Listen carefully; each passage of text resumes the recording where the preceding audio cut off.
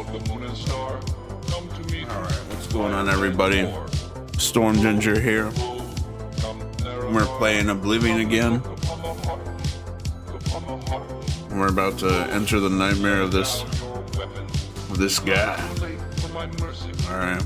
I'm gonna beat the shit out of him.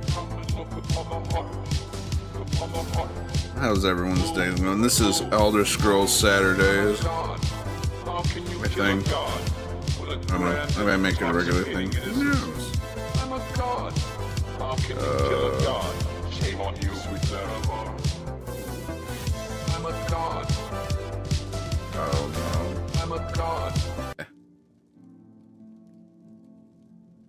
So, let's see. Barely remember this quest. Oh wait, can I do quick share to Discord?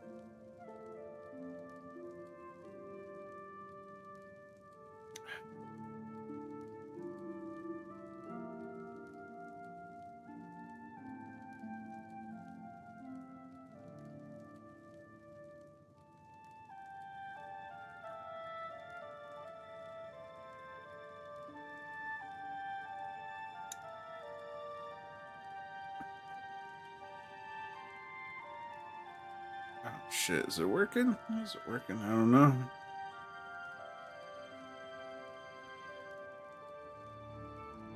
Let's see, bunches in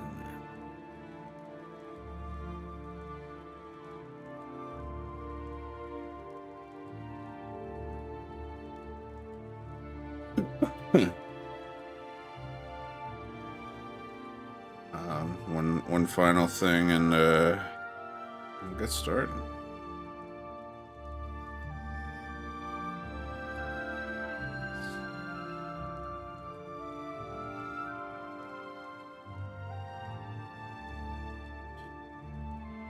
Okay, so let's get this shit started. All right, Cootie. Are you prepared to enter the dream world? Oh, I'm prepared. I'm ready. Please, use the extra bed here. If you sleep too far from Henantir, it may not work. Okay. I'll watch over you both to make sure you're safe. Oh my, I almost forgot. What? Henantir What once did you told forget? me that if he's killed in his dreams, anyone that's in there with him will die as well. So do be careful. I will be careful. What can you tell me about Henantir? My poor Henantir. I shudder to think what's happened to him in there.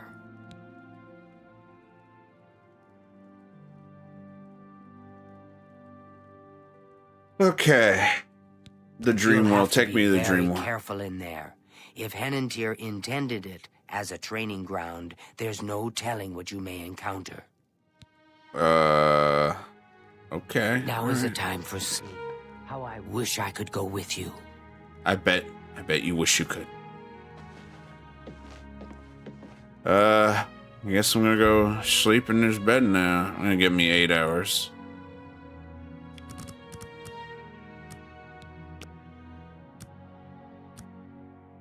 Thus, 8 hours go by.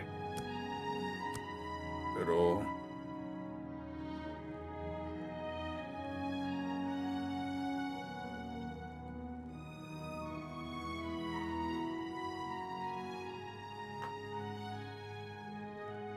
Oh, I have to wear the thing. Okay. Alright, now I can do it. I'm gonna sleep for 8 hours again, back to back. Alright, I have entered Henantir's dreams. I've entered a dream world, and to my surprise, I've arrived naked.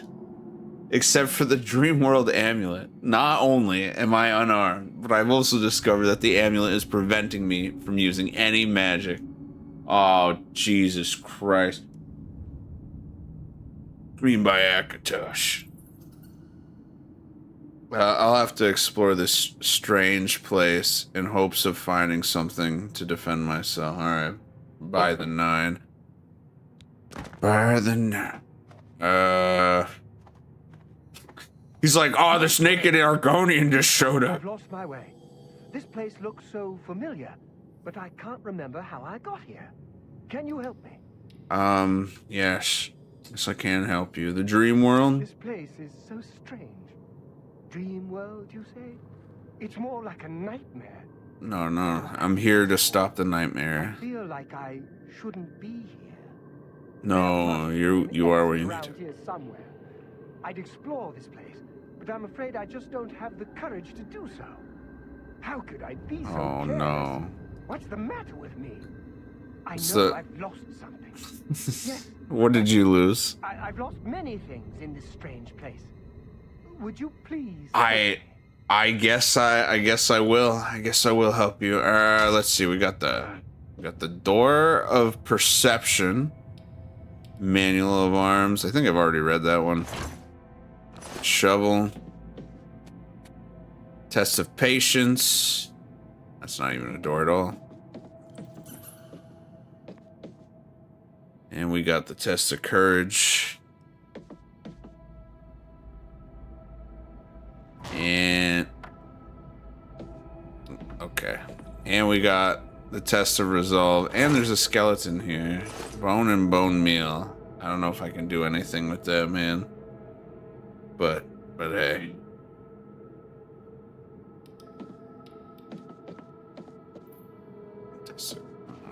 Let's see. I guess we must get out of this place. we're gonna test your patience.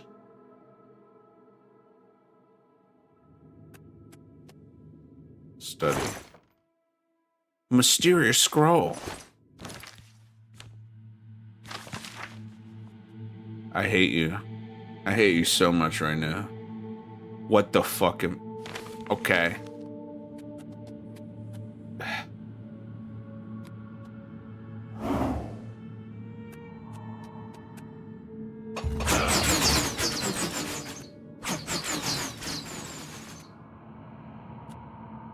I see why this is the test of patience. We're gonna wait for an hour. We have now waited a whole hour. We're gonna do a lot of waiting, aren't we? Doesn't matter. We can survive another one.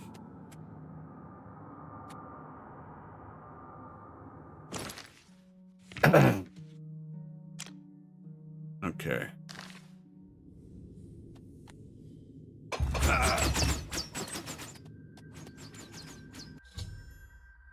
I've noticed the element of patience. I just grab that shit, pocket that shit. I've located the element of patience. This must be one of the things that Henantier misplaced. Losing his attitude of his mind must be what's making him so confused. I can find all the elements and bring them back to him. It should restore Henantier's sanity and help him awaken. I should continue searching for the elements if I ever intend to leave this waking nightmare. Alright, well... We must get out of this place. Should I do Skyrim RP after this? Let me think. Alright, so I gotta go to the next thing. We must get out of this place. Alright, we gotta get out of here. Okay, so we got patience, so now we gotta get perception. Okay. Perceive. Do I still not have clothes? I do not have clothes.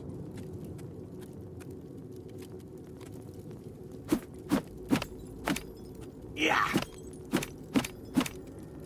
Alright. Clearly is not working. Ow. I gotta do better at perceiving things.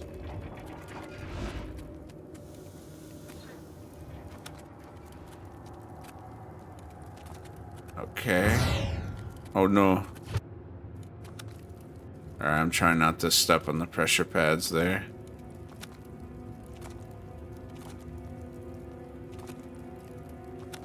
Yes.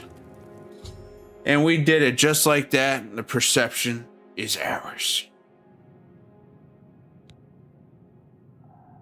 And the second element found to be found in Henentier's dream world. I should continue searching for more elements. Alright. We must get out of this place. I know. Have you found an exit to this place yet? We must escape. Okay.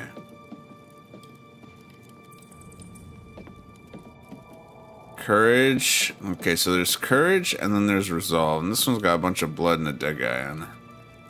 A brief history of the Empire. How brief is it? 10 pages.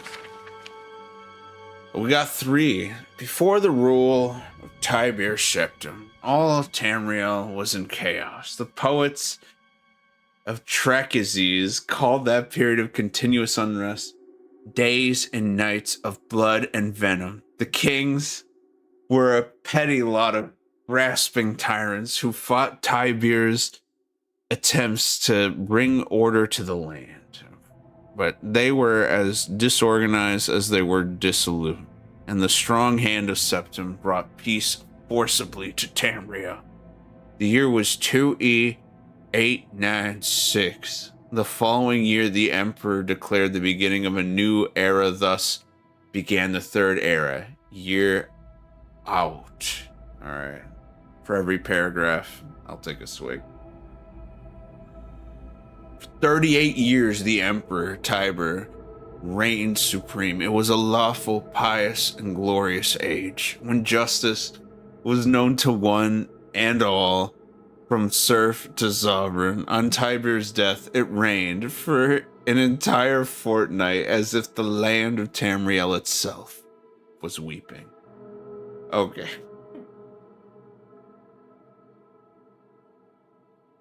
The emperor's grandson, Pelagius, came to the throne. Though his reign was short, he was strong and resolute, as his father had been, and Tamriel could have enjoyed a continuation of the Golden Age. Alas, an unknown enemy of the Septim family hired that accursed organization of cutthroats, the Dark Brotherhood, to kill the Emperor Pelagius as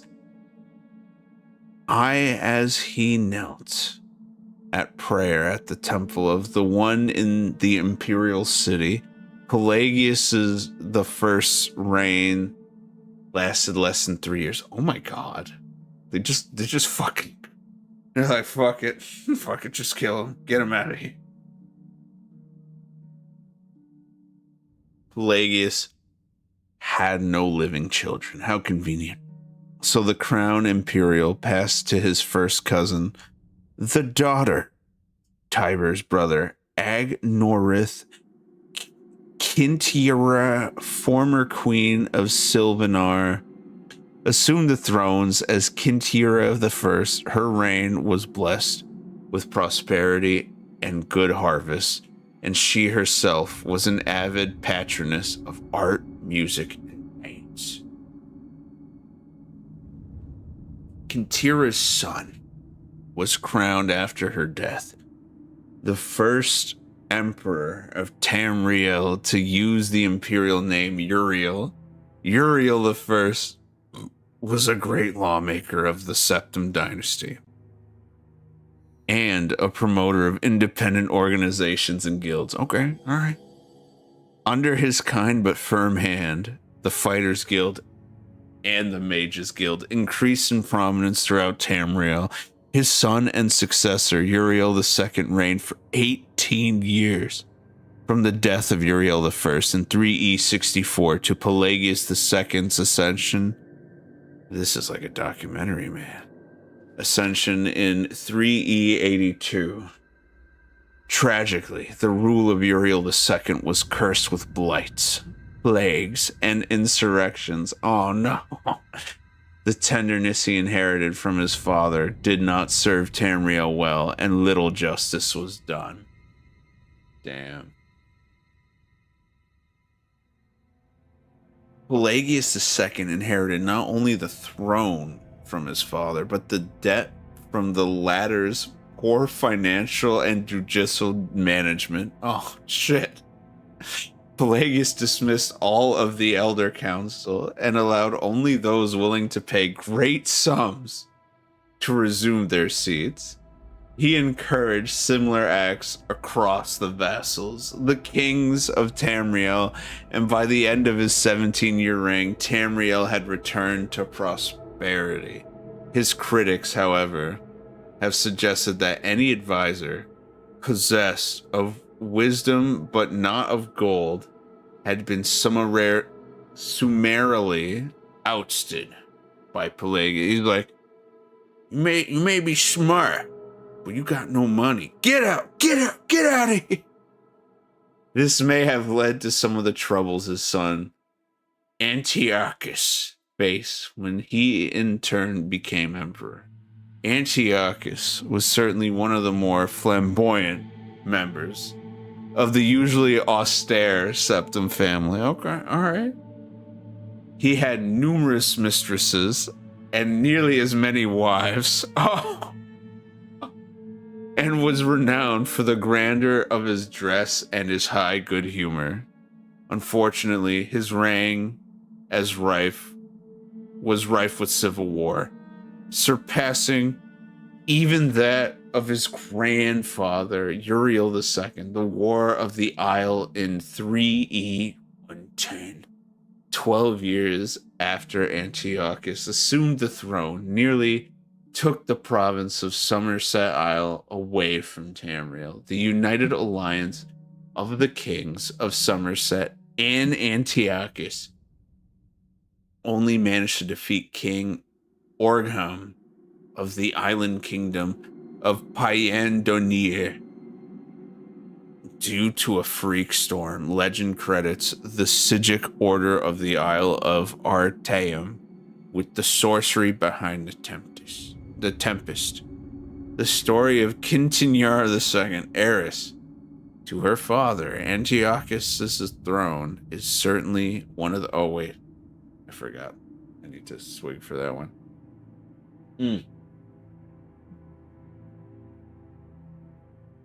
Yeah, another one. The story of Quintiniar II, heiress to her father Antiochus' throne. Certainly one of the saddest tales in imperial history. Her first cousin, Uriel, son of Queen Potima of Solitude. Oh, why does that name sound familiar? Accused Quintiniara of being a bastard, alluding to the infamous decadence of the imperial city during her father's reign.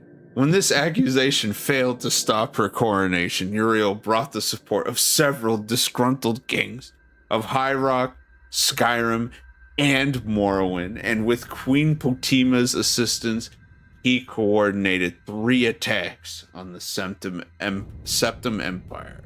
Jeez, shit just got real. The first attack occurred in the Lilac Bay region, which separates High Rock and Hammerfell. Quintiniara's entourage was massacred and the Empress taken captive for 2 years. Quintiniara II languished in an imperial prison believed to be somewhere in Glenpoint or Glenmoral before she was slain in her cell under mysterious circumstances. The second attack was on a series of imperial garrisons along the coastal Morrowind Islands. The Empress's consort, Contin Arinix, fell defending the forts. The third and final attack was a siege of the imperial city itself, occurring after the Elder Council has split up the army to attack Western High Rock and Eastern Morrowind.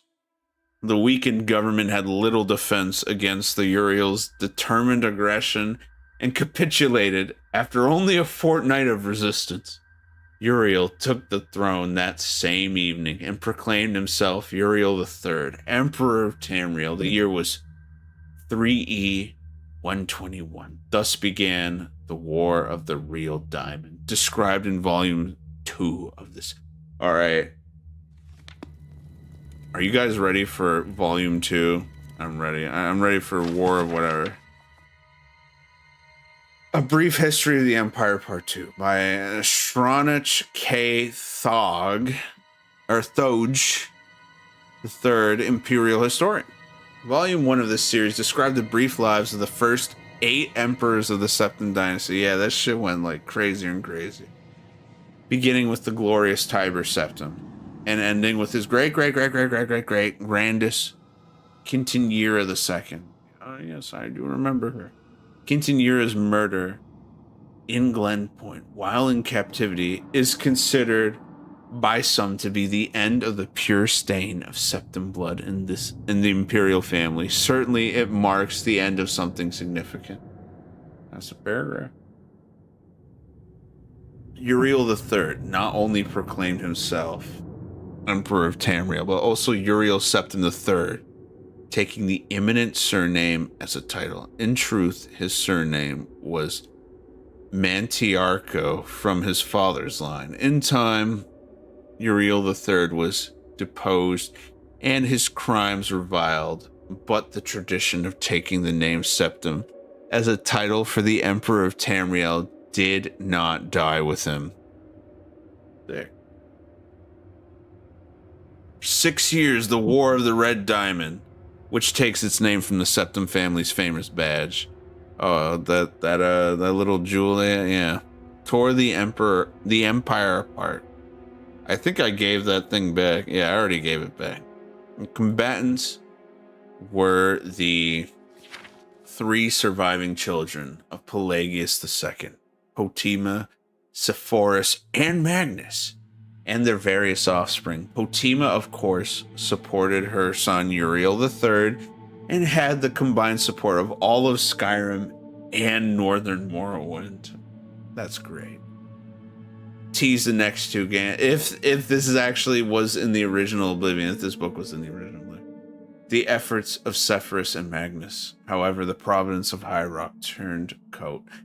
The provinces of Hammerfell, Somerset Isle, Valenwood, Elsewhere, and Blackmarsh were divided in their loyalty, but most kings supported Sepphoris and Magnus. Okay.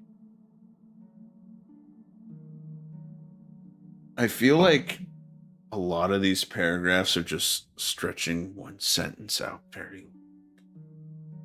In 3E 127, Uriel III was captured at the Battle of Ichidog in Hammerfell. En route to his trial in the Imperial City, a mob overtook his prisoner's carriage and burned him alive within it. His captured uncle continued on to the Imperial City and by common acclaim was proclaimed Sepphoris the First Emperor. He's just like, well, he just burned to death, so I get to be emperor now. Sepphoris' reign was marked by nothing but war. Damn. By all accounts, he was a kind and intelligent man, but what Tamriel needed was a great warrior, and he, unfortunately, was that. It took an additional 10 years of constant warfare for him to defeat his sister. Potima's still alive in this equation? They had 8 emperors and still the same people's lifetime? Alright, whatever. The so-called Wolf Queen of Solitude. There are many books about her, and they're all hilarious. Who died in the siege of her city-state in the year 137. Sepphoris survived his sister by only 3 years. He never had time during the war years to marry, so it was his brother, the 4th child of Pelagius II, who assumed the throne. Like, they're really stretching that line to who gets to be king next. Alright, the Emperor Magnus was really elderly when he took up the imperial diadem. In the business of punishing the traitorous kings of the War of the Red Diamond drained much of his remaining strength. legend accuses Magnus's son and her Pelagius III of patricide. But that seems highly unlikely for no other reason than that Pelagius was king of Solitude following the death of Potima and seldom visited the imperial city. Okay, so she's dead now. All right, we've moved forward. Pelagius III, sometimes called Pelagius the Mad, was proclaimed emperor in 145 year of the Third Era. All right, so when they're called mad, you know it's gonna be good. Almost from the start, his eccentricities of behavior were noted at court. He embarrassed dignitaries, offended his vassal kings, and on one occasion marked the end of an imperial grand ball by attempting to hang himself. His long-suffering wife was finally awarded the regency of Tamriel, and Pelagius III was sent to a series of healing institutions and asylums until his death in 3E 153 at the age of 34. So he basically went fucking crazy, and they're like, all right, you can't be king anymore. They sent him to an asylum, and he just dies. That's it. All right. I'll take a swig for that, and next. The Empress Regent of Tamriel was proclaimed Empress Kataraya the First upon the death of her husband. Some who do not mark the end of the Septim bloodline with the death of Quintanilla II consider the ascendancy of this dark elf woman the true mark of its decline. Her defenders, on the other hand, assert that though Kataraya was not descended from Tiber, the son she had with Pelagius was so, the imperial chain did continue. Despite racist assertions to the contrary, Kataraya's 46-year reign was one of the most celebrated in Tamriel's history. Uncomfortable in the imperial city, Kataraya traveled extensively throughout the empire, such as no emperor ever had since Tiber's day. She repaired much of the damage that the previous emperor's broken alliances and bungled diplomacy created. The people of Tamriel came to love their empress far more than the nobility did. Kataraya's death in a minor skirmish in Black Marsh is a favorite subject of conspiracy-minded historians. Oh my god. The sage Montelius's discovery, for instance, of a disenfranchised branch of the Septim family and their involvement with the skirmish was revelation indeed. Oh, what the what are we walking into here? The conspiracy of Black Marsh. When Cassander assumed the throne upon the death of his mother, he was already middle-aged. Only half-elven, he aged like a Brenton. In fact, he had left the rule of Wayrest to his half-brother, Uriel, due to poor... How many Uriels? Nevertheless, as the only true blood relation of Pelagius and thus Tiber, he was pressed into accepting the throne. To no one's surprise, the Emperor Cassinder's reign did not last long. In 2 years, he joined his predecessors in eternal slumber. Oh. He was only emperor for 2 years. Jeez. Uriel, by the 9, Uriel Lariat, Cassinder's half-brother, and the child of Kataraya I and her imperial consort, Galavir Lariat, after the death of Pelagius III, left the kingdom of Wayrest to reign as Uriel IV. Legally, Uriel IV was a septum. Cassandir had adopted him into the royal family when he had become king of Wayrest. Nevertheless, to the council and the people of Tamriel, he was a bastard child of the Kataraya.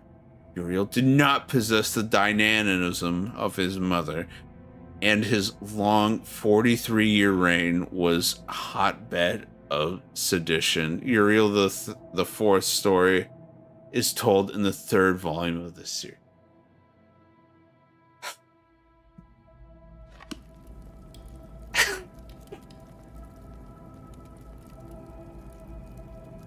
All right. Oh, this one's shorter. A Brief History of the Empire, Part 3 by Starnich K. Thoge III, Imperial Historian. The first volume of the series told the... No, don't tell me this. No. First volume of the series told the story of the succession of the first 8 emperors of the Septim dynasty, from Tiber I to Kinturia II. The second volume described the War of the Red Diamond and the 6 emperors that followed its aftermath. From Uriel III to Cassiniander I, the end of that volume, it was described how the emperor, Cassiniander's half-brother Uriel IV, it will be assumed the throne of the Empire of Tamriel. It will be recalled that Uriel IV was not a septum by birth. Okay, yeah, they did explain that in the last one. His mother, though she reigned as empress for many years, was a dark elf married to a true septum, Emperor Pelagius III. Uriel's father was actually Cataraya's first consort after Pelagius's death. A Breton nobleman named Galavir Lariat, before taking the throne of Empire, Cassiniander I had ruled the kingdom of Wayrest, but poor health had forced him to retire. Holy shit. Cassiniander had no children, so he legally adopted his half-brother Uriel and abdicated the kingdom. 7 years later, Cassiniander inherited the empire at the death of his mother. 3 years after that, Uriel once again found himself the recipient of Cassinander's inheritance. Drink to that.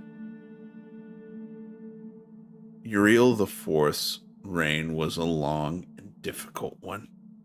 Despite being a legally adopted member of the Septim family, and despite the Lariat family's high position, indeed they were distant cousins of the Septims, few of the Elder Council could have persuaded to accept him fully as a blood descendant of Tiber.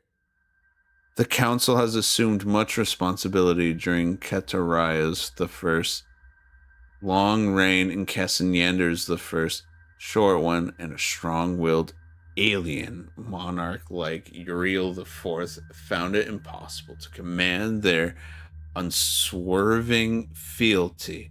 Time and again, the council and emperor were at odds, and time and again, the council won the battles.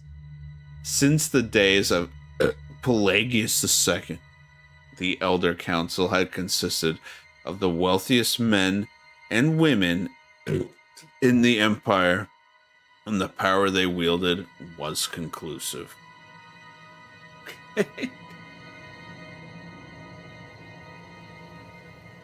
The council's last victory over Uriel IV was posthumous. Andorak, Uriel IV's son, was disinherited by vote of council, and a cousin more closely related to the original septum line was proclaimed Sepphoris II in 3E 247. This history documentary is going. It's going. For the first 9 years of Sepphoris II's reign, those loyal to Andorak battled the imperial forces. In an act that the sage Ariantine called Tiber Septim's heart beating no more, the council granted Andorak the High Rock Kingdom offshore now to end the war, and Andorak's descendants still rule there. Oh my god. They made so much lore for this. I commend them for coming up with this shit. Honestly, truly. By and large, Sepphoris II had foes that demanded more of his attention than Andorak. From out of a Sumerian nightmare, the words of Iraintine, a man who called himself the Comoran usurper, led an army of Daedra and undead warriors on a rampage through Valenwood, conquering kingdom after kingdom. Few could resist his onslaughts, and the month turned to Bloody Month in the year 3E 249. Even fewer tried. Sepphoris II sent more and more mercenaries to Hammerfell to stop the usurper's northward march, but they were bribed or slaughtered and raised as undead. The story of Camoran usurper deserves a book of its own. It is recommended that the reader find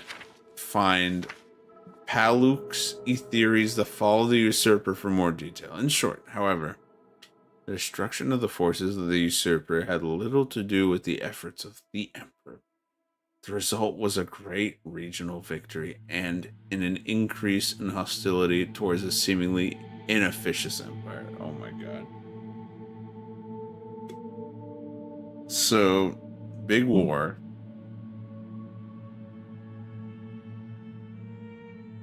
Big war, empire doesn't function. Okay. Uriel the Fifth. Just keep naming Uriels, dude. Sepphoris is the second son and successor. Swiveled opinion back toward the latent power of the empire, turning the attention of Tamriel away from the internal strife. Uriel the Fifth embarked on a series of invasions. Oh, he just came out. He was like, war. It's wartime. Embarked on a series of invasions, beginning almost from the moment he took the throne in 3E 268. Uriel V conquered Roscrea in 271, Hathanoqui in 276, Neslia in 279, and Esraniah in 284. In 3E 288, he embarked on his most ambitious enterprise, the invasion of the continent kingdom of Akavir. This ultimately proved a failure for 2 years after Uriel V was killed in Akavir on the battlefield of Loneth. Nevertheless, Uriel V holds a reputation second only to Tibir as one of the two great warrior emperors of Tamriel. The last four emperors, beginning with Uriel V's infant son, are described in the fourth and final volume of the series. All right. A brief history of the empire. Part 4. 10 pages. By Stronach K. Toji, the third imperial historian. I cannot recall what has happened, but I'm sure first book in this series described the brief and first 8 emperors of the Septim dynasty, beginning with Tibur I. The second volume described the War of the Red Diamond with the 6 emperors who followed. The third volume described the troubles of the next 3 emperors, the frustrated Uriel IV, the infectious Sepphoris II, and the heroic Uriel V. On Uriel V's death across the sea in the distant hostile Akavir, Uriel IV was but 5 years old. Uriel VI, oh my bad, Uriel VI was but 5 years old. In fact, the Uriel VI was born only shortly before his father left for Akavir. Uriel V's only other progeny by a Morganatic alliance were the twins Morhitha and Eloisa, who had been born a month after Uriel V left. Uriel VI was crowned in 290th year of the Third Era. The imperial consort Thonica, as the boy's mother, was given a restricted regency until Uriel VI reached his majority. The Elder Council retained the real power as they had ever since the days of Catariah I. The council so enjoyed its unlimited and unrestricted freedom to promulgate laws and generate profits that Uriel VI was not given full license to rule until 307, when he was already 22 years old. He had been slowly assuming positions of responsibility for years, but both the council and his mother, who enjoyed even her limited regency, were loath to hand over the reins. By the time he came to the throne, the mechanisms of government gave him little power except for that of the imperial veto. We're almost there. Sati. This power, however, he regularly and vigorously exercised. By 313, Uriel VI could boast with conviction that he truly did rule Tamriel. He utilized defunct spy networks and guard units to bully and coerce the difficult members of the Elder Council. They just came in and were like, oh, we got words for it. They just started beating the shit out. His half-sister, Morihatha, was not surprisingly his staunchest ally, especially after her marriage to Baron Ulf Garrison of Winterhold, brought her considerable wealth and influence. As the sage of Ugarij said, Uriel V conquered Esroniah, but Uriel VI conquered the Elder Council. Yeah. When Uriel VI fell off a horse and could not be resuscitated by the finest beloved sister, beloved. He fell off his horse. They're like, we couldn't bring him back to life. Bring his sister in. She's the emperor now. His beloved sister took up the imperial tiara.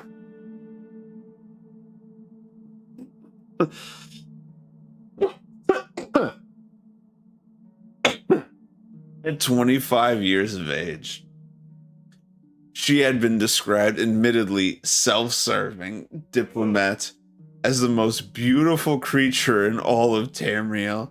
She was certainly well-learned, vivacious, athletic, and a well-practiced politician. She brought the Archmagister of Skyrim to the Imperial City and created the second Imperial Battle Mage since the days of Tiber Septim.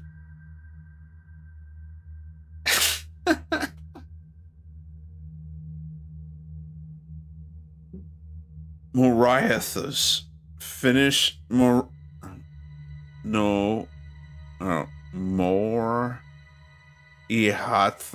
finished the job her brother had begun and made the Imperial Province a true government under the Empress and later the Emperor.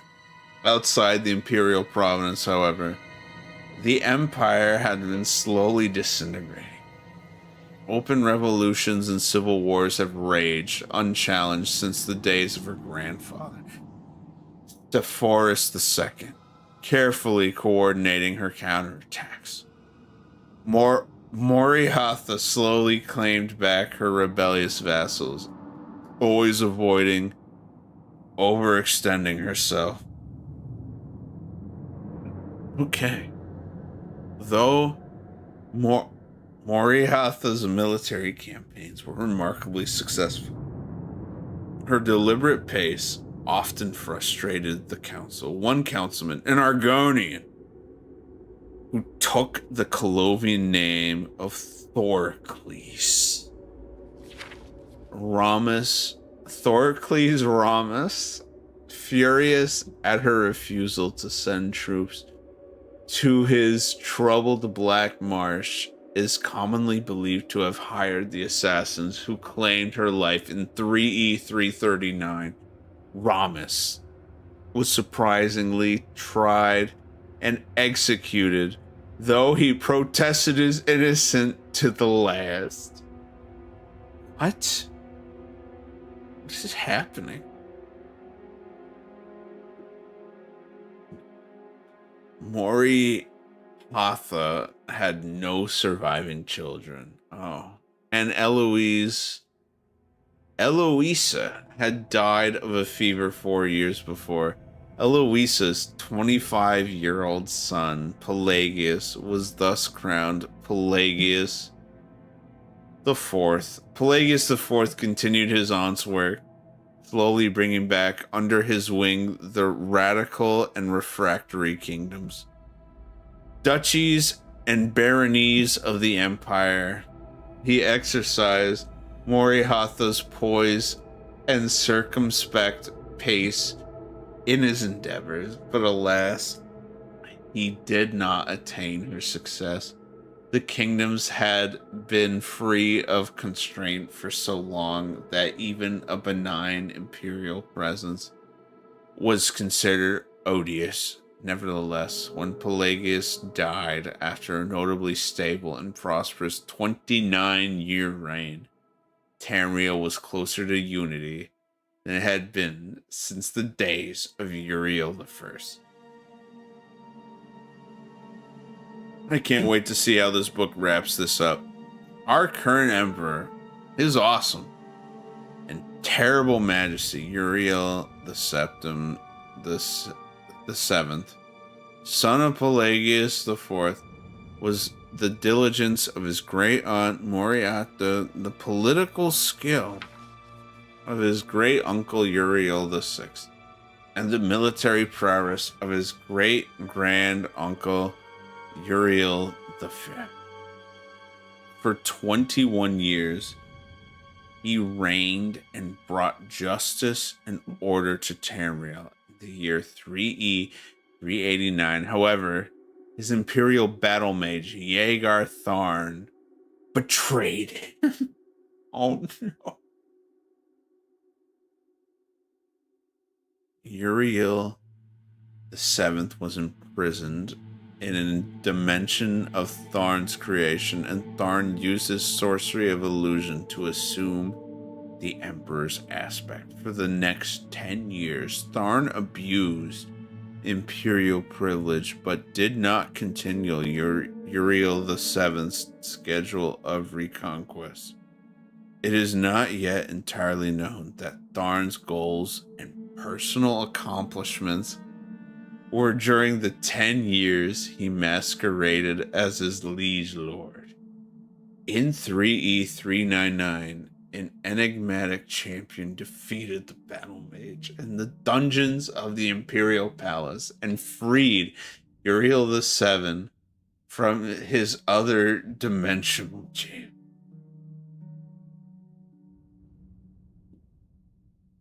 Since his emancipation, Uriel the Septim the Seventh has worked diligently to renew the battles that would reunite Tamriel. Tharn's interference broke the momentum. It is true, but the years since then have proven that there is hope. The golden age of Tiber Septim's rule, glorifying Tamriel once again. All right, I need to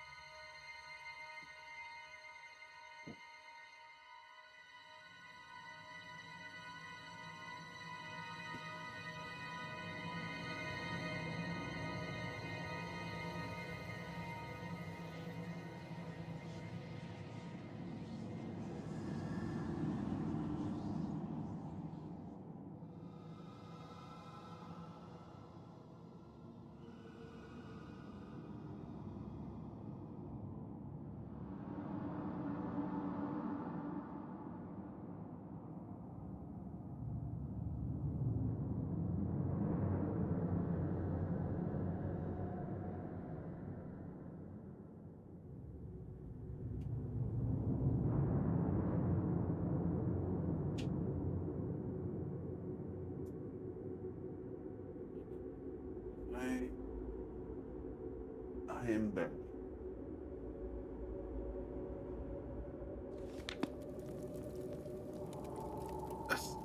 So, wow. Portal to the test of resolve. That was a lot of reading. I remember this. This is the arena, isn't it?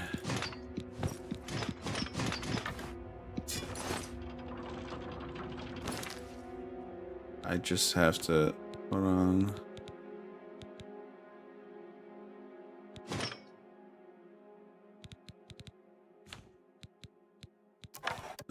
We'll go with the Staff of Lightning.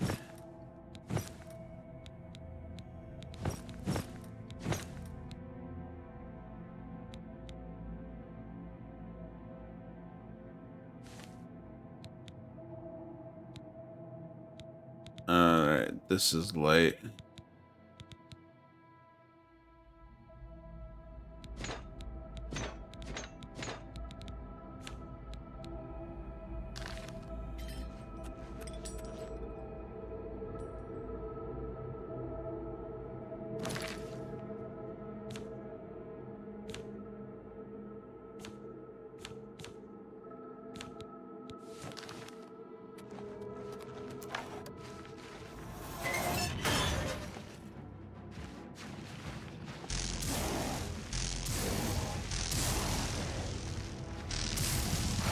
Oh shit.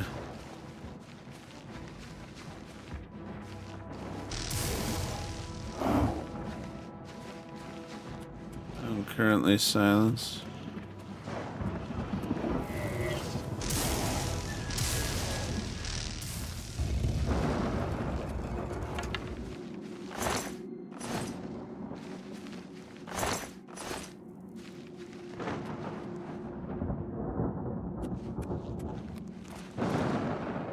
The element to resolve. Got the element to resolve.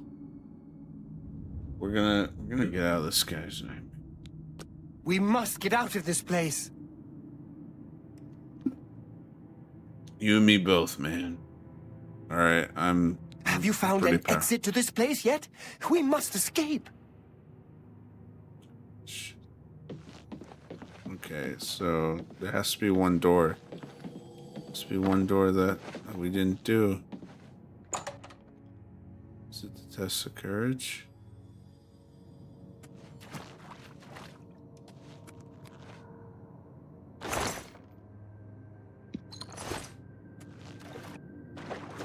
Well, I'm an Argonian, I can breathe underwater forever.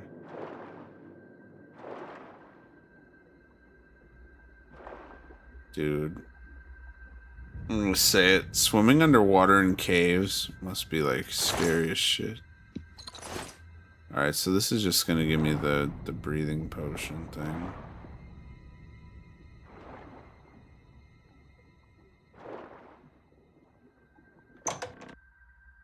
The Grotto of Courage.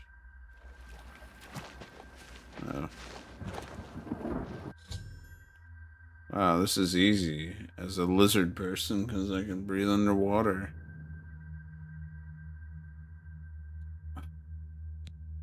I've located the element of courage, the final element in this bizarre amalgam of Henantir's dreams. I should bring all four. Okay. Please, help me. All I right, can't remember it. no. I feel as though I'll be trapped here forever. And I don't even know why. Why? You don't know what? Well, listen, the dream But world. how? What you say must be the truth. I feel strange. I can see now what you were saying was no story at all. Yeah, But the truth. I And I'm a explained it fool. all to him. I had no the whole idea that thing. the amulet could hold such power over me. I Yeah. set out to create a way to conquer my failings, but it seems the tables had turned, and they conquered me. Yeah, that I don't know sucks, how you doesn't did it, but I thank you. Now, we must wake from this dream and take our places in the real world again. Farewell. All right, fair. All right, I'll see you in the real world. The real world. It's good to see you in the real world. I'm indebted to you for rescuing me from my nightmare. I suppose thanks are only a small token of my appreciation. Yeah. Allow me to reward you for your bravery. Thank you. I'm afraid Thank I don't bro. have much in the way of coin, but allow me to present you with something that may help in your travels. Oh, this should be good. Absorb minimal magicka. A scroll. Okay. I don't know what Archmage Traven has against necromancy, but the Holy first thing he shit. did after taking over the Mages Guild was to ban its practice. Yeah, fuck Farewell, necromancy. Hello, associate. Yeah. I'm naked still. Why?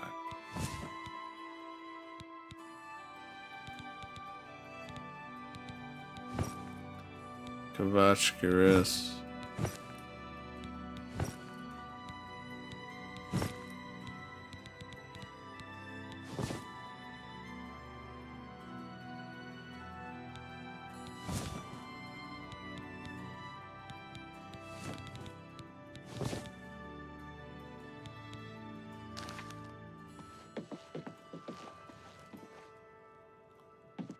Okay,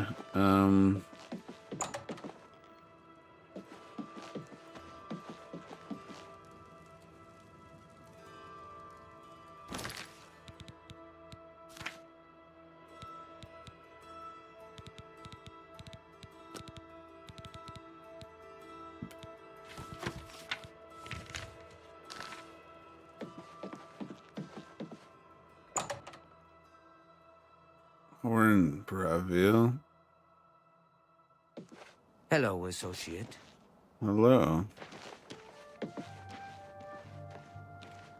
Are you ready to earn your recommendation now?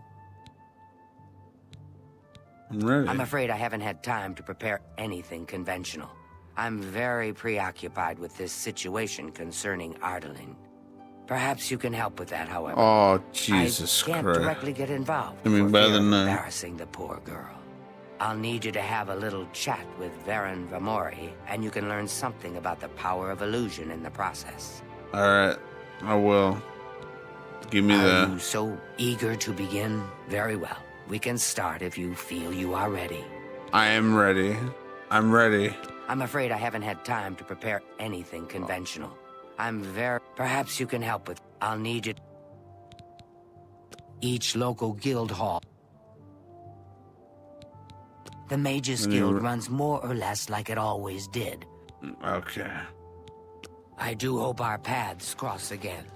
Yeah. Yeah, I do too.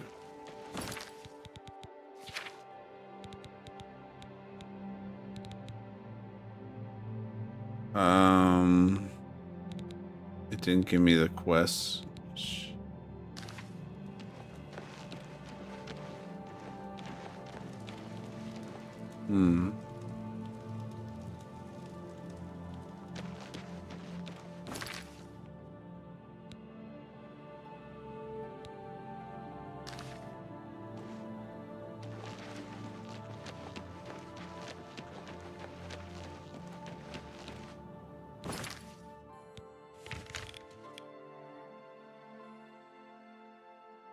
You know what?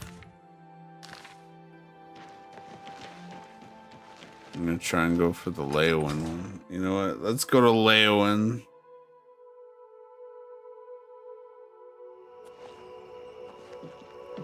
Okay, so Greetings. we're out in the wild.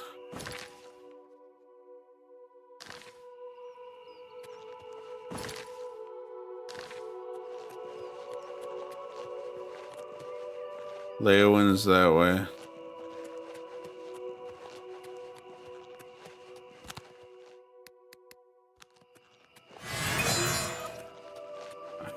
I can see in the dark now.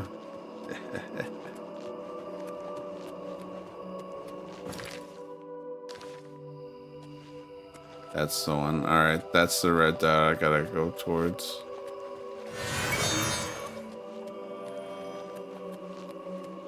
So we're going to Leywin. I know for Cyrodiil, this is where the largest concentration of Argonians exists. My people.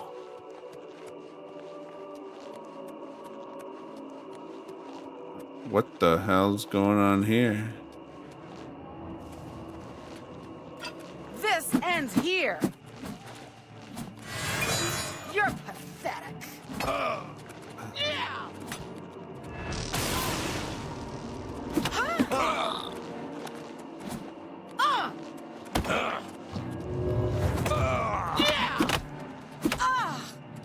Don't feel bad. No one lives forever.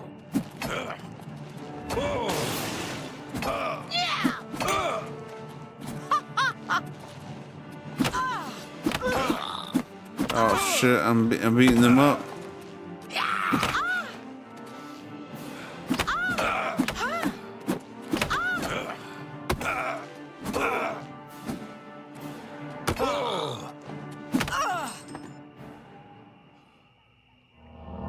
Well.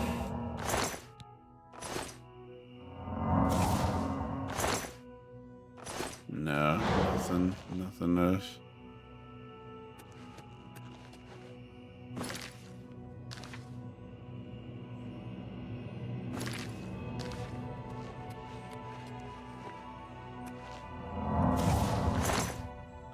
Oh, I should take the wolf pelt though. I need that. I need that.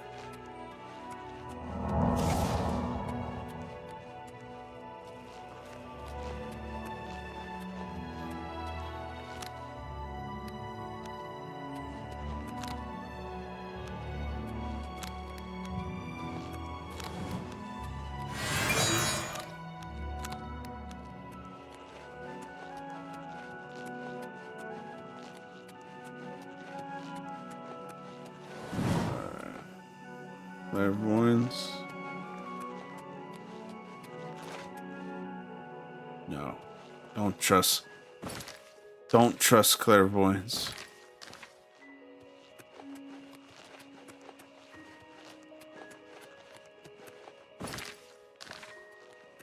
Okay.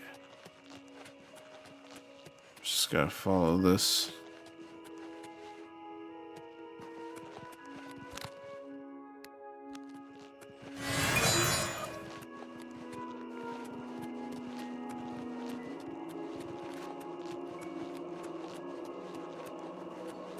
I'm excited to see what Lewin has to offer. Die, damn you! Especially for an Argonian.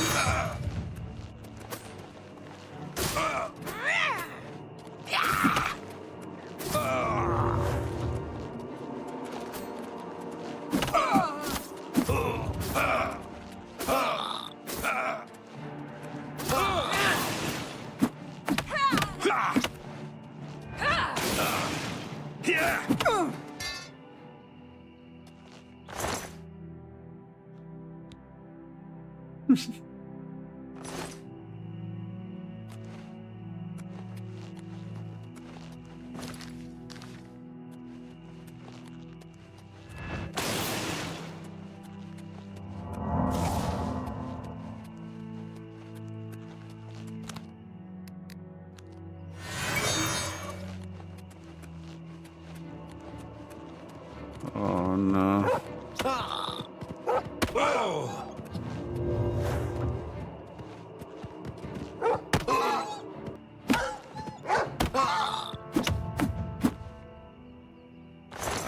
Alright, well, took that wolf pelt.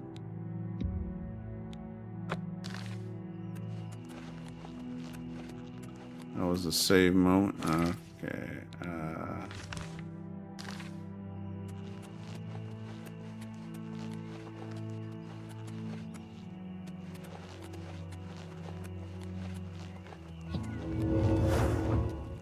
You get any closer, I have no time for your pathetic attempts at small talk. What? Now walk away before I get nasty. What? Oh, okay. Morning. What? Rumors. The Grey Fox sounds like a dangerous thief. Okay. All right. Bye. Goodbye. All right.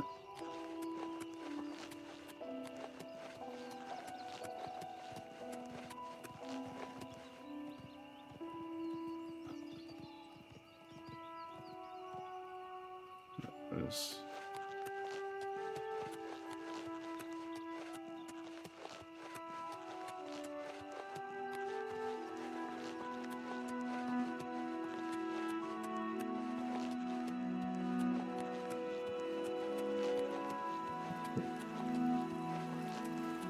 Blackwood. Oh no, the crab wants to fight me, huh?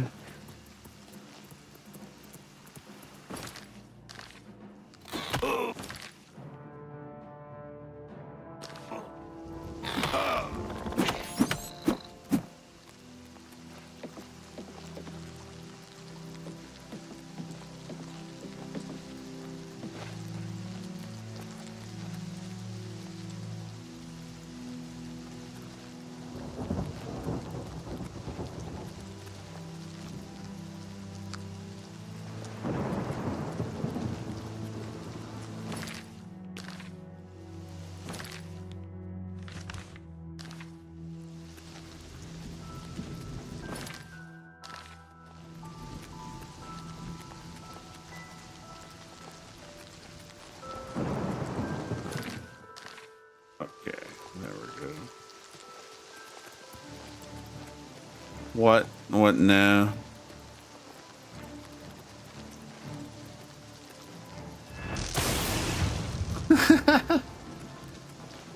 I just shot a lightning bolt at a crab. Wait, what is this?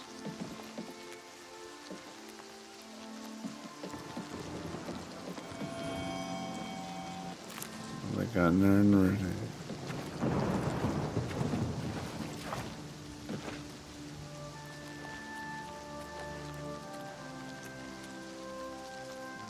Leowin. That's where I need to go. Leowin.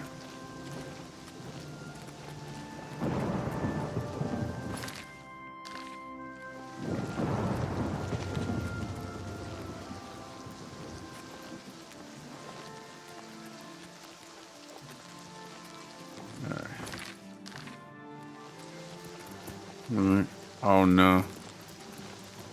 Crab, stop, crab. Yeah. Crab, I mean it. I don't want to do this. Okay.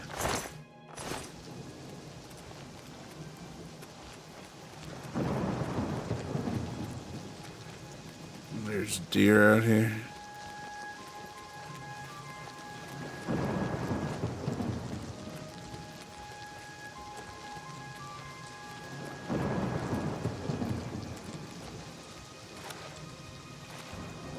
Wayside of Stendar.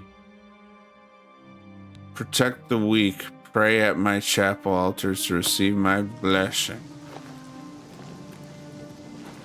Does that mean I get it?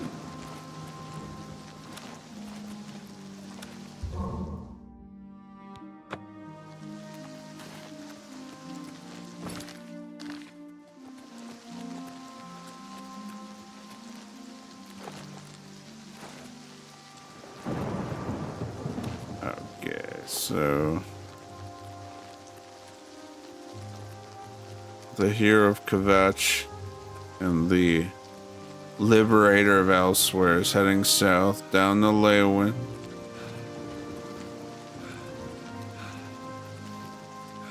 Someday I'll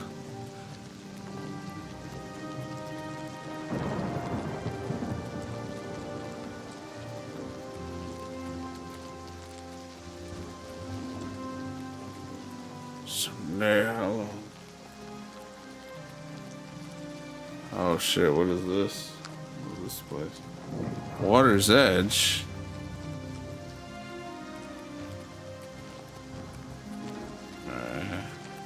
This guy's house, this guy's house. Nobody here?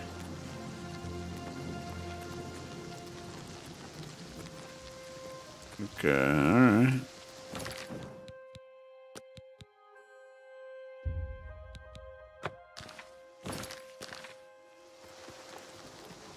Sheep.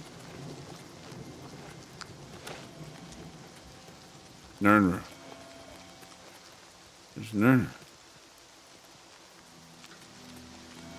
There it is. I've gotten the Nerner plane.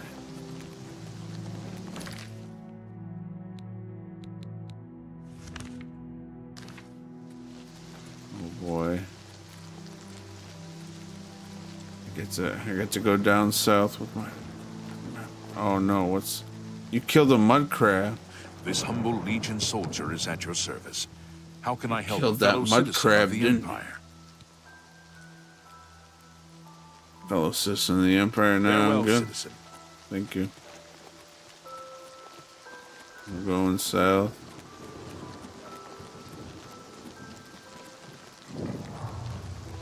White Stallion Lodge.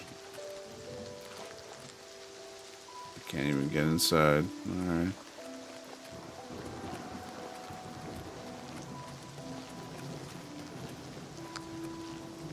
Oh, Nernroot. Where's Nernroot? There it is.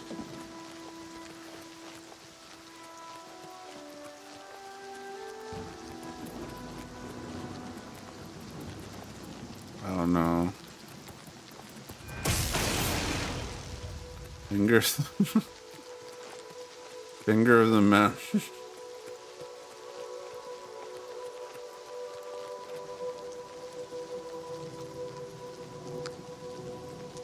He almost got you, LOL. Oh, wait, what? Who almost got me? What is it? Wait, who's this? Hey, whoa, bro, wait up, dude. Wait up. Come on. Mike the Lion. Mike knows much, tells some. Mike knows many things others do not. And what's that? Tell me the rumors. Werewolves? Where? Wolves? Men that are wolves? Many Oh. wolves. Everywhere. Many men. That is enough for Mike. Oh, all right. Thank you, Mike the Lion. Farewell. All right, I'm going back to Leowin.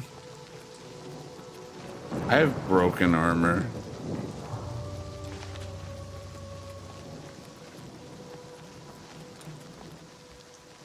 Give me 1 second.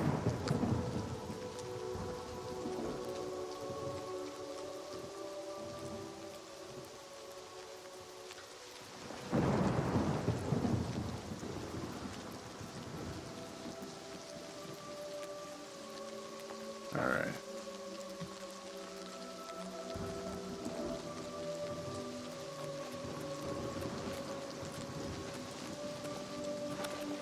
So, oh no, acrobatics.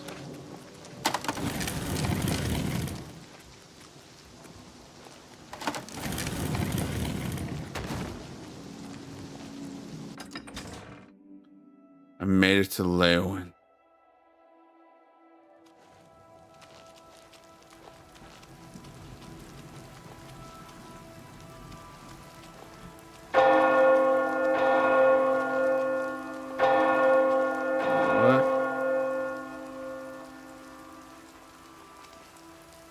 What?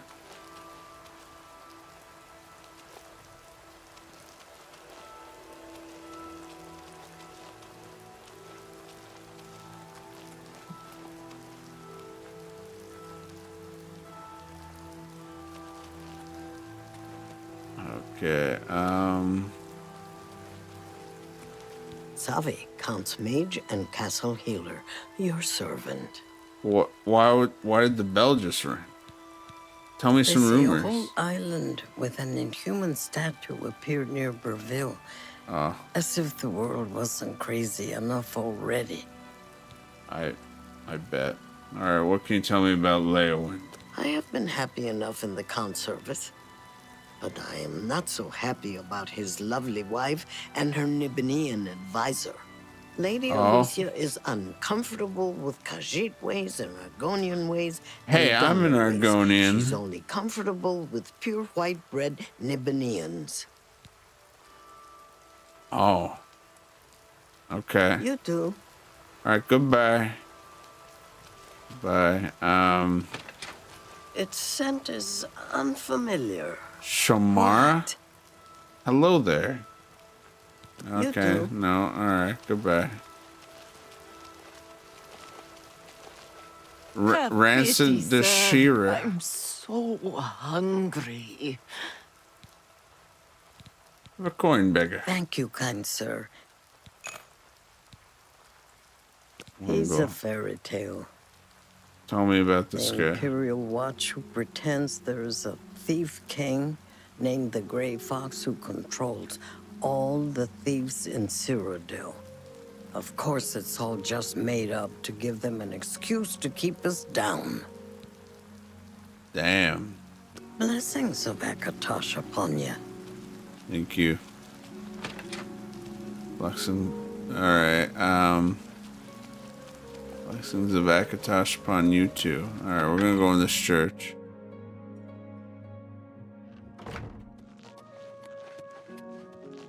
Can I become a better healer? Hello.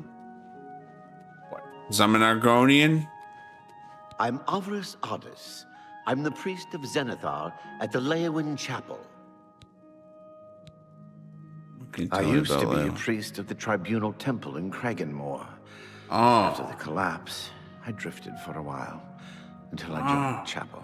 I haven't The played beggars in Morrowind the yet. Wicked Thieves Guild still trouble me. I wish the 9 divines offered charity and comfort to the poor like the temple did. What an odd thing to say. Only quality goods for sale here. But, What can I ooh, interest you in? cure paralysis.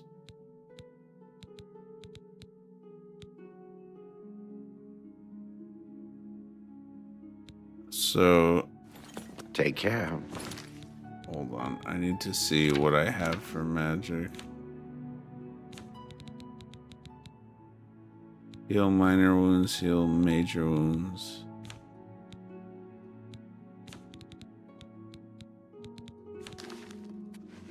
Have heal. I'm Avris Ardis. I'm the priest of Zenithar at the Leowin Chapel. Yeah, I know. The worst thing is, no one even... People hurt... Okay. May I interest you in some of my fine wares? Heal greater wounds. Oh, okay. Ooh, minor respite. Restore fatigue on self.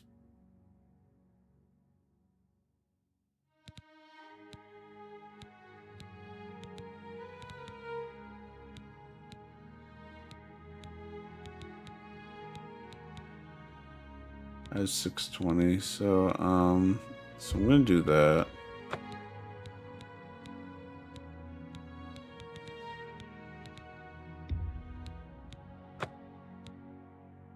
Thank you. Okay. Come again. I will. Thank Be you. seeing you. Thank you for being a priest to teach me how to heal myself.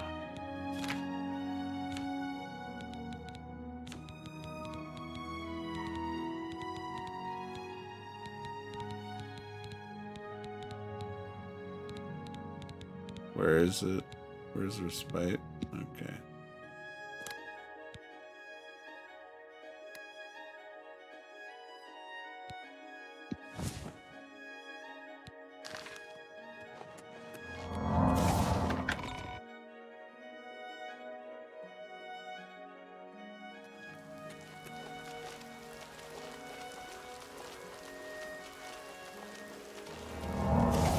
Okay, so it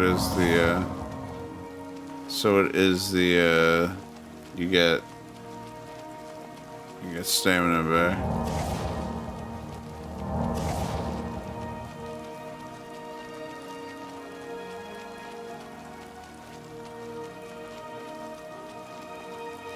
Is this the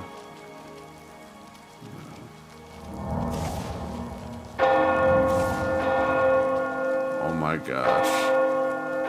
Why is it ringing the bell?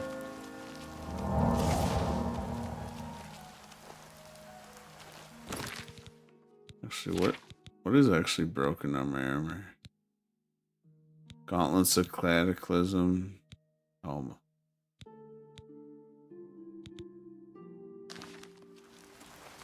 this is like a...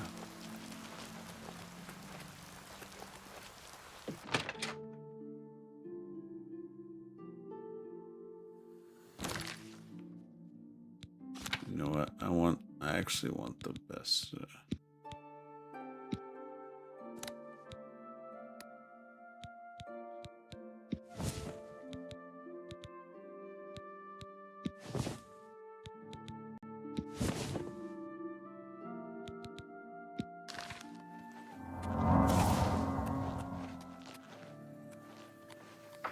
Hello there. No. That, You yeah. seek wisdom from me, child? Ah, no. You seek words. What Words are difficult. They come and go. The voices, though, so loud they are, they drown out the words. Without my amulet, my stone to lock the Your voices amulet? away, the words will never come and stay. Would you lift your hands to help another? To help me find the words? Yes. You know what? I will help. Then seek Agata, child. She will see the path and set you on it. I must rest. Okay. What can you tell me about Let me Lewa? see your hand. All right, here's my I hands. see the city in the hand, and a hand in the Well, I came out of their sewer. The tower so- guards the gate, but the gate holds the key. The king is the key. Are you okay? Are you The having a hand stroke? guards the king. The Arcane Within University. its walls live those who determine the fate of the guild. It is our stronghold, our sanctuary. You will come to know it well in time. I Oh, have don't worry, I seen it. will. You've seen it? All right, she knows. She may be young, but her heart is old and wise.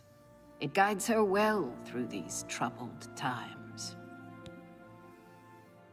Yeah.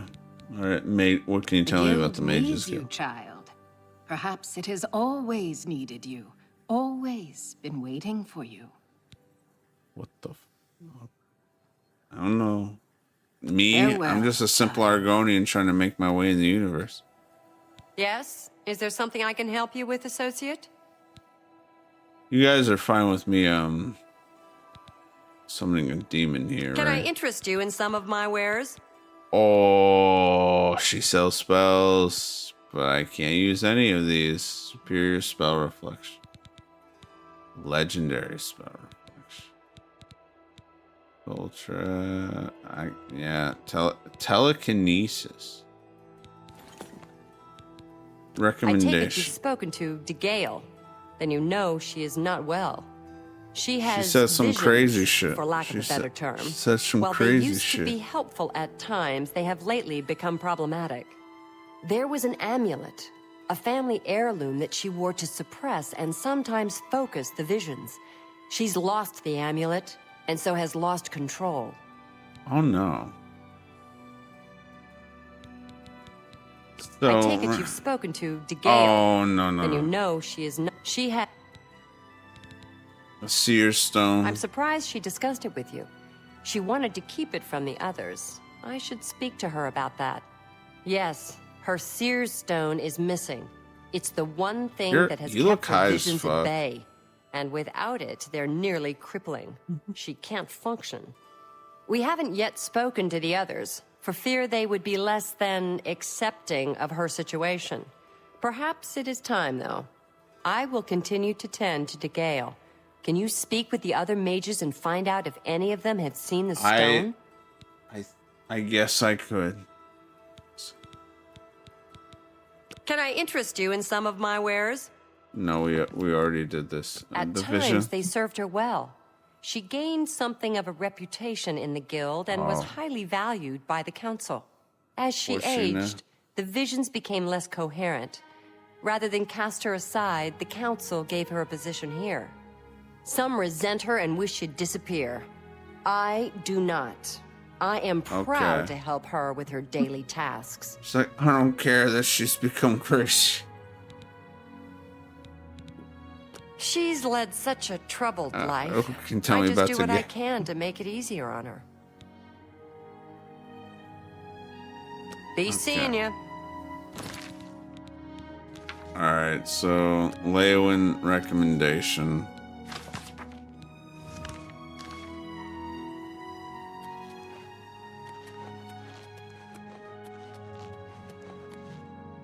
Strasser of the Mages Guild, evoker and alchemist, and also in you're his an spare free alchemist. time, a trainer in alchemy. But perhaps you are an adventurer. Could you assist me in acquiring well, something for my I am crystal an collection? adventurer. What do you have in Straight mind? to the point, eh? Good. I like that. I'm searching for some likes that. specific crystals known as Garridan's Tears. If you can locate these objects for me, I'd pay handsomely for each one. Certainly. Please proceed. Wonderful. I had a good feeling about you from the moment that I saw you. I want you to bring to me as many of Garridan's tears as you can find. If you do, I will pay you a fair bounty in gold for each one. I confess I have a weakness for crystals of a magical nature, and I must add these to my collection. This is a personal errand, you must understand. Just between you and I. The Mages Guild has nothing to do with it. Nothing to do with... Okay, alright. The tears are not just a namesake. They're literally the frozen tears of a knight named Garridan Stolrus, who lived many years ago. Okay. I'm not certain what happened to the knight, or why the tears were frozen, but I do know someone you could ask.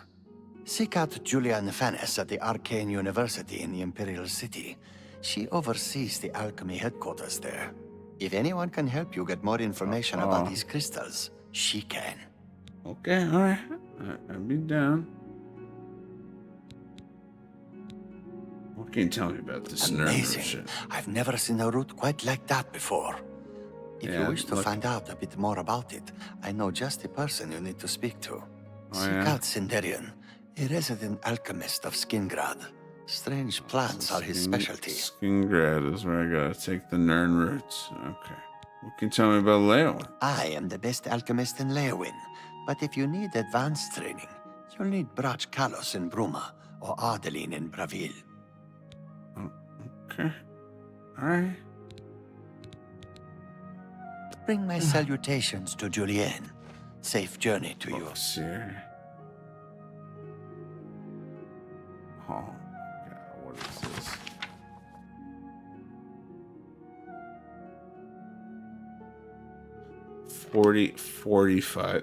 Forty-five pages.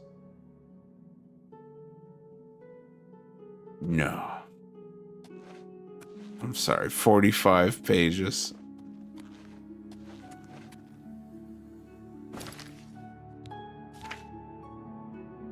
Speak with...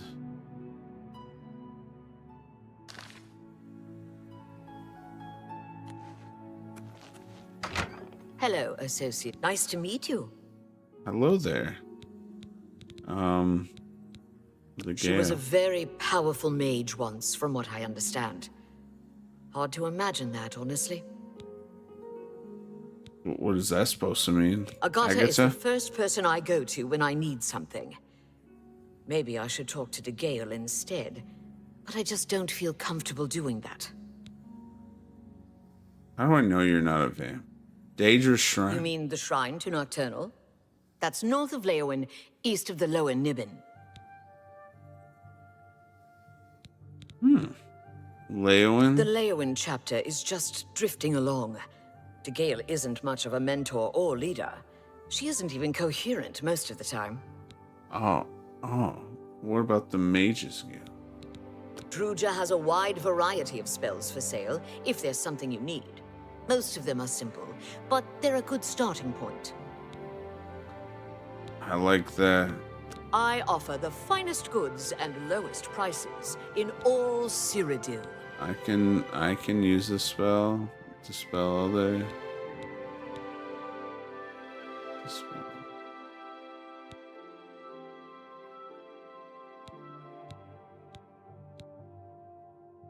What is... I'm gonna look this up. What does dispel do?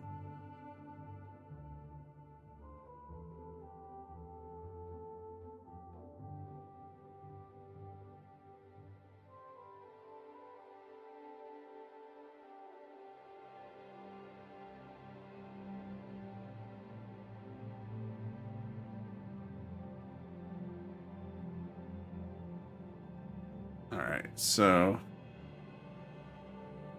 cancels negative effects, so I might as well take Come it. back and see me again. Yeah. May all your travels be safe. So Hello, Associate. Yes? Is there something I can help you with, Associate? I don't have to talk to you, do I? Be seeing you. Greetings, wizard. Alright, what is it? I need to speak with the mages. Okay. I suggest you make your way to the Imperial City. I gotta ask Can't him. make money by standing here. Okay. The tears are small crystals, bluish in appearance. Quite beautiful, I'd imagine. A nice lady, but strange. Talks to herself far more often than one should. Sometimes I wonder why she hasn't just retired and gone someplace to rest. Bring my salutations to Julienne. Yes? Is there something I can help you with, Associate?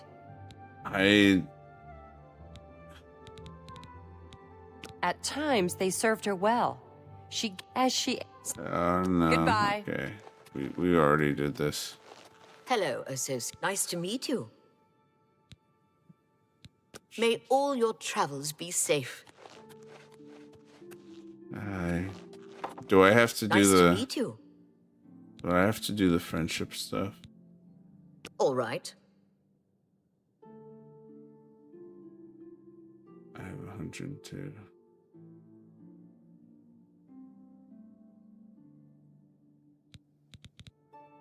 All right.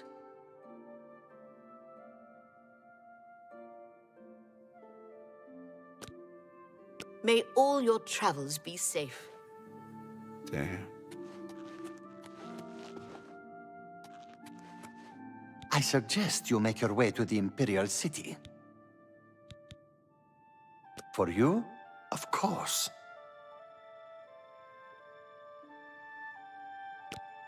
Bring my salutations to Julienne. Safe journey to you.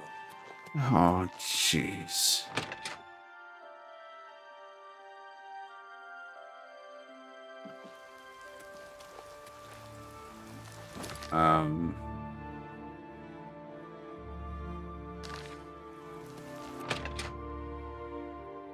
So then there has to be Greetings, Evoker.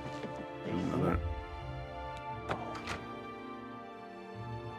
Has to be another mage in here that can speak.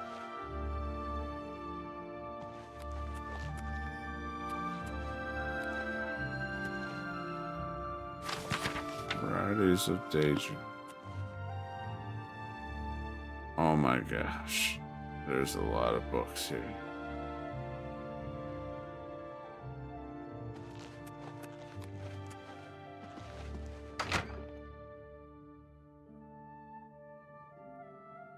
Greetings, journeyman.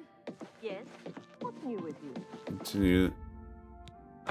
Only read the book if you have viewers right now, right? So that way I don't accidentally read the same book twice.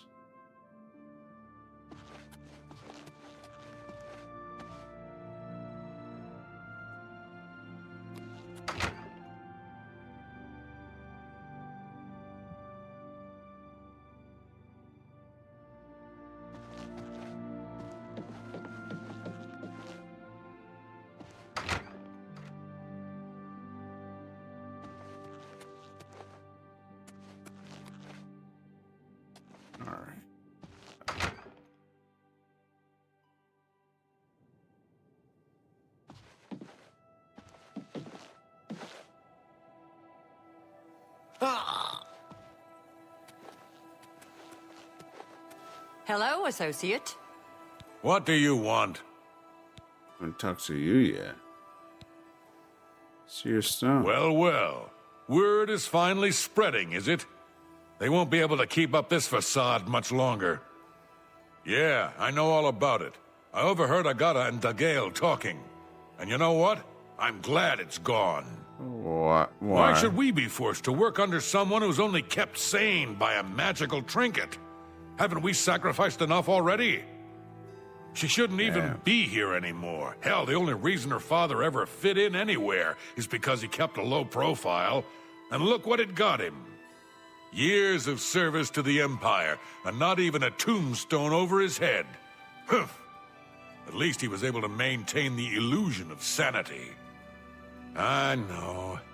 I get way too fired up over this. It's okay. It just annoys me that she's in charge of the guild when she's clearly not fit. That's all. Oh, yeah?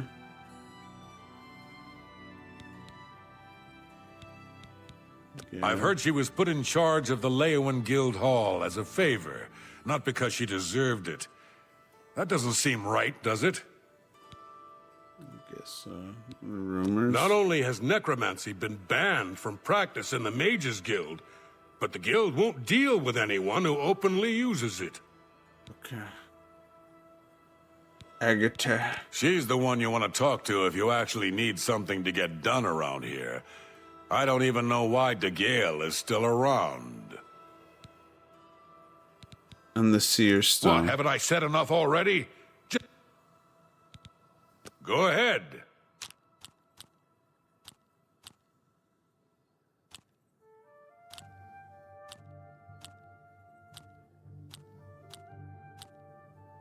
Alright, so that's that. I doubt it. Blow away. Goodness, what can I say? Sure, that's cute.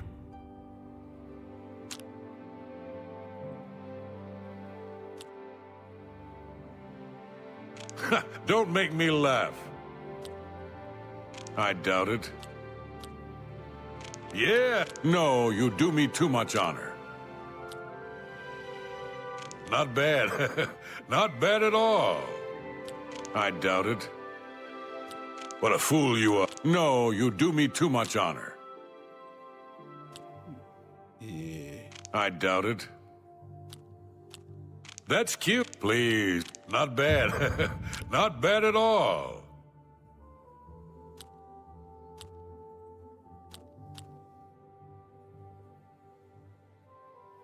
I doubt it. Blow away. No, sure, that's cute. Please. I doubt it. What a fool you are. Yeah. That works for me. Yeah. What, haven't I said enough already? Okay. Bye. So, he's like super chill with me right now. Yes? Is there something I can help you with, associate? Agata, we've stumbled upon something. So Calthar overheard us, did he? That explains why he's been so cranky lately. But we never said anything about Dagail's father. How would he know anything about that? Holy shit. If there's some sort of connection between the Seer Stone and Dagail's father, I don't know about it. Maybe if you ask her, it will jog her memory. In the meantime, I'll keep an eye on Calthar. Alright. Bye. Cool. You seek more from me, child. It is as I have seen. I know what you would ask. Okay. You would bring light to that which is in darkness. Bring silence to the voices so loud. I know where you must go. Blood ran blue, and dragons flew high. Under broken towers and broken bodies it now lies, waiting to be found. What was my sire's must be mine, if you would have the words you seek. You must go and find his stone. Okay.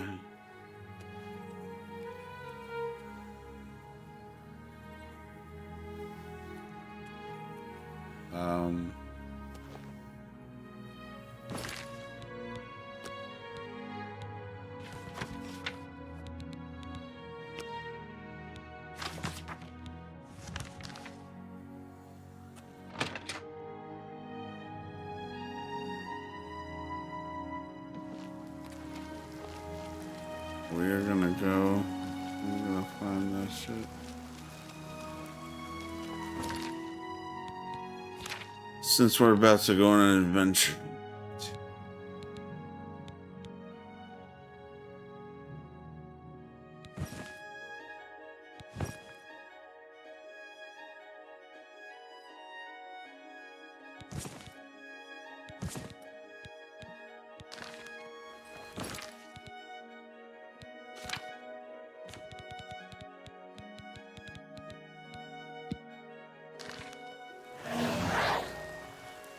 Be quick about it, mortal. I need Which of bullshit. my lord's boons do you require this time? I would like an armor piece. Is yours. Be more specific. Oh, you know, I prefer light With armor. which light armor piece do you want to sneak and murder? Assume that's what I want. I would like. I don't Take want- it, mortal. Do you dare ask for more? Yes, a Take helmet. it, mortal. Do you dare ask for more? No, I do not. Never mind. Goodbye.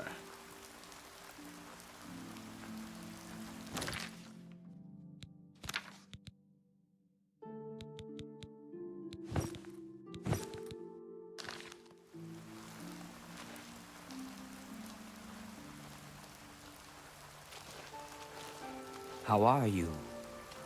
Numin? My name is Numin. Have you seen that no-good rascal husband of mine, Mahai? God knows what he is up to this time. No, I have not. I was walking past Rosentia Galenus' home the other day, and I heard these strange animal noises or something from inside. Very odd. Rosentia Every time Galenus. I pass by that woman's house, I hear odd animal noises and smell a foul odor. Maybe she's caring for some sick pet or something. Whatever it is, she should clean up her act. It's surprising that a wealthy woman like that would let her property fall into such disarray. Okay, what can you tell me about Gods Leon? are my witness. I give that man the simplest list of things to do, and somehow he forgets half of it and gets the rest wrong. Oh. Bye. Goodbye.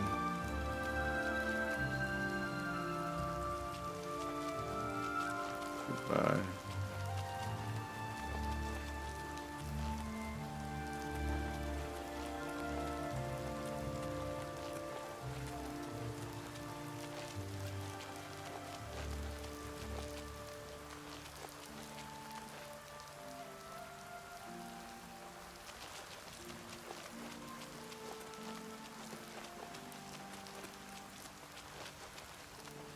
Hello there.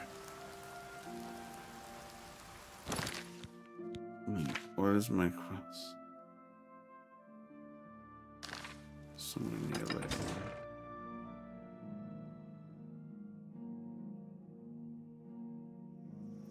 Tidings, citizen. Out in the swamp.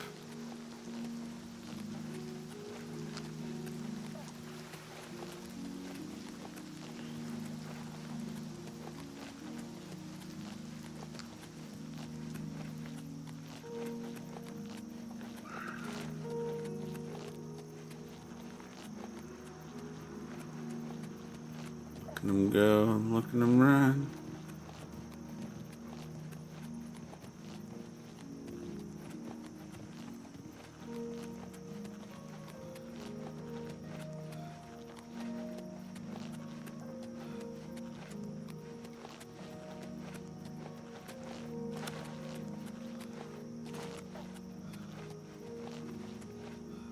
Oh, wait.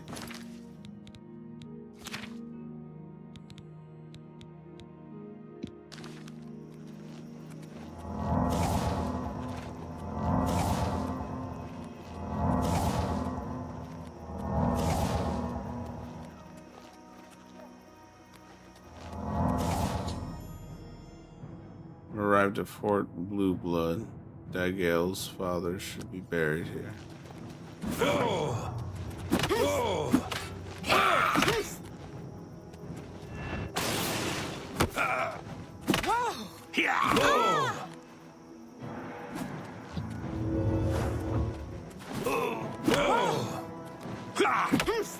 Take that.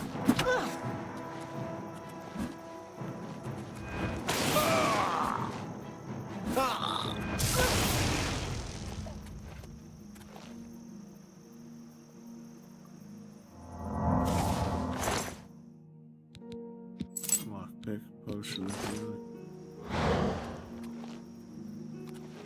Who's there? Must have been the wind.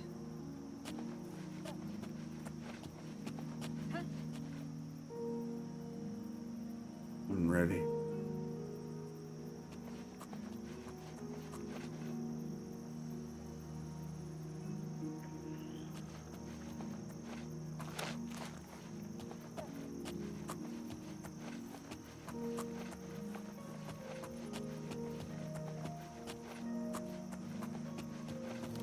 Hello? Who's there?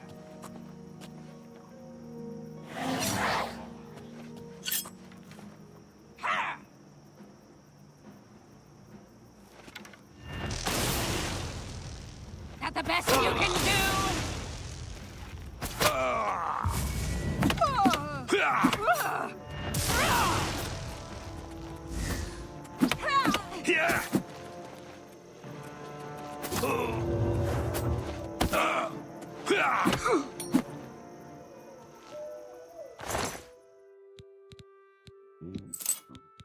Yeah, take that. Potion of healing.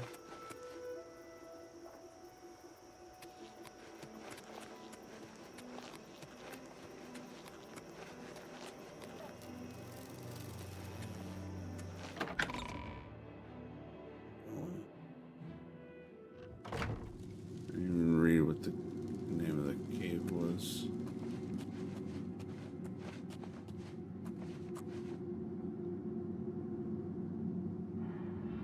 Well, well, look who we've got here. I'm going to bleed you slow.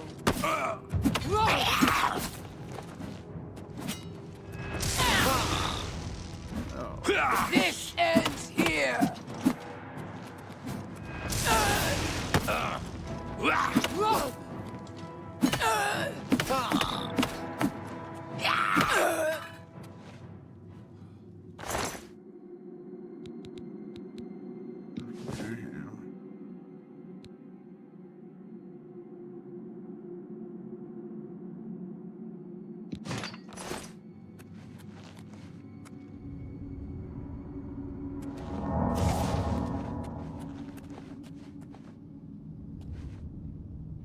Open elsewhere.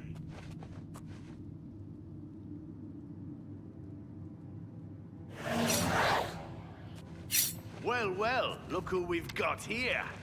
I'm just warming up, you pathetic worm.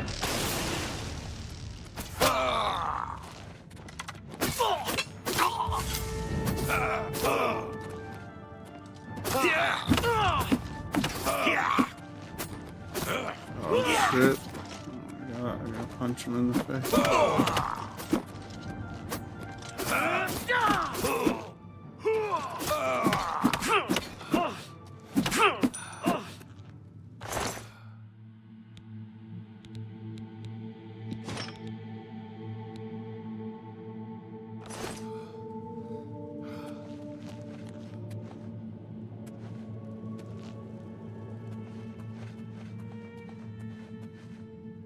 Hello, who's there?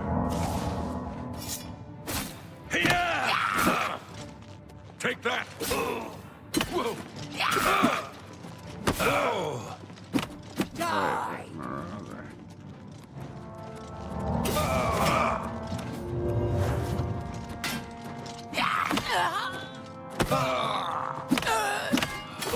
I'm going to bleed you. Die, cur! You'll make a fine pair of boots, lizard.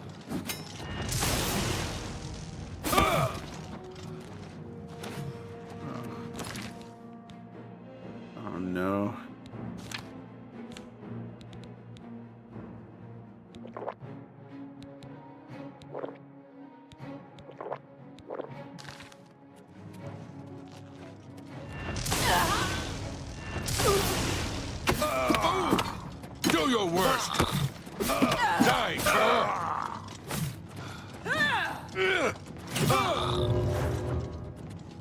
You make a fine boots, lizard. You'll never take me down.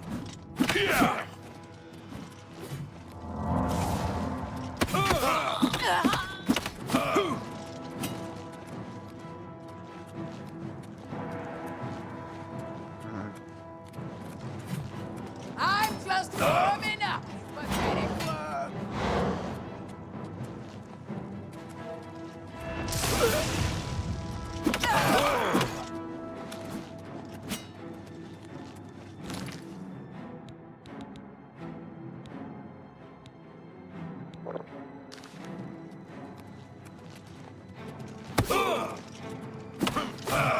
This ends here.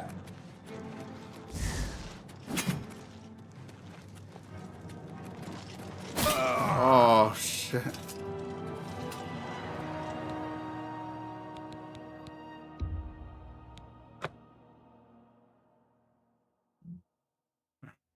I'm thinking.